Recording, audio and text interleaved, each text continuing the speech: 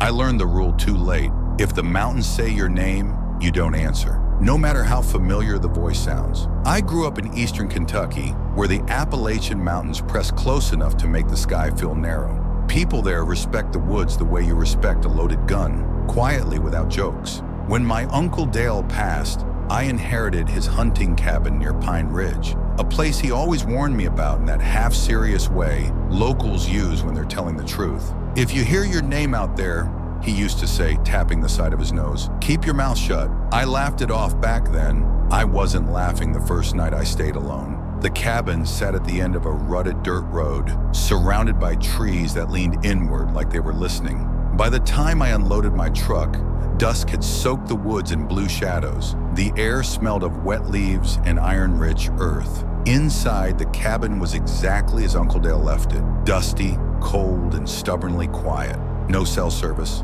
no neighbors for miles. That first evening passed without incident. I cooked beans on the propane stove and listened to the old radio crackle with static. Outside, the forest settled into its night sounds. Cicadas winding up, owls trading calls. Something larger moving through brush far down slope. When I finally lay down, the silence pressed against the walls, heavy enough to wake me at every creak. Sometime after midnight, I heard it. Evan. My name drifted through the open window, soft and unhurried, like someone calling from just beyond the porch. I sat up, heart knocking once hard against my ribs. The voice sounded wrong, not threatening, just close. Too close for the distance I knew separated me from anyone else. I almost answered. Reflex tugged at my tongue. Uncle Dale's warning surfaced, sudden and sharp. I stayed quiet, barely breathing. The voice came again, clearer now, the way my mother used to call me in for supper. Evan, you out there? The hair on my arms lifted. I slid out of bed and eased to the window, peering through the screen. The porch was empty. Moonlight striped the steps. The woods beyond were a black wall, deep and patient. I didn't respond. After a long minute, the voice stopped. The night resumed, like nothing had happened. I told myself it was exhaustion, wind, a trick of acoustics in the hollows. I didn't sleep much after that, but morning brought sunlight and birdsong, and courage with it. I spent the day clearing brush and fixing a broken hinge, keeping busy. Every so often, I caught myself listening, straining for something I couldn't name. Late afternoon, I hiked a familiar trail Uncle Dale used to hunt along. The woods felt tighter there, the canopy knitting overhead.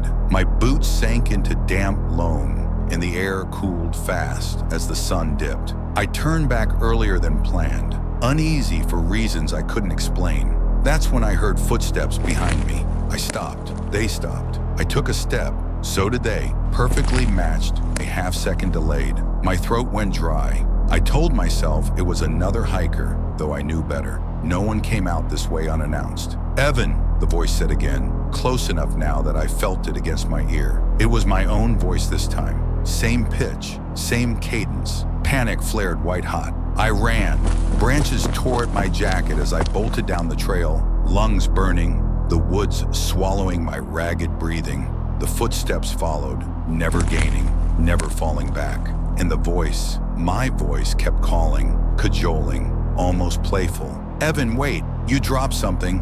I burst into the clearing around the cabin and slammed the door behind me, throwing the deadbolt. The footsteps stopped on the porch. For a long time, nothing happened. Then gently, 3 knocks sounded on the door. I backed away until my calves hit the table. Through the thin wood, I heard breathing. Slow, patient, wrong. The handle rattled once, testing. Evan, it whispered so close I could hear the smile in it. You can come out now. I spent that night on the floor with a knife in my hand, every light on. Just before dawn, the knocking started again, this time from the bedroom window. When the sun finally crested the ridge, the sounds faded like they'd never been there. I left that morning and never went back. I sold the cabin without explanation. Sometimes, though, late at night, when my apartment is quiet and the city hum dies down, I hear my name spoken softly from the hallway. I've learned the rule now. I don't answer, but whatever learned my voice hasn't stopped practicing.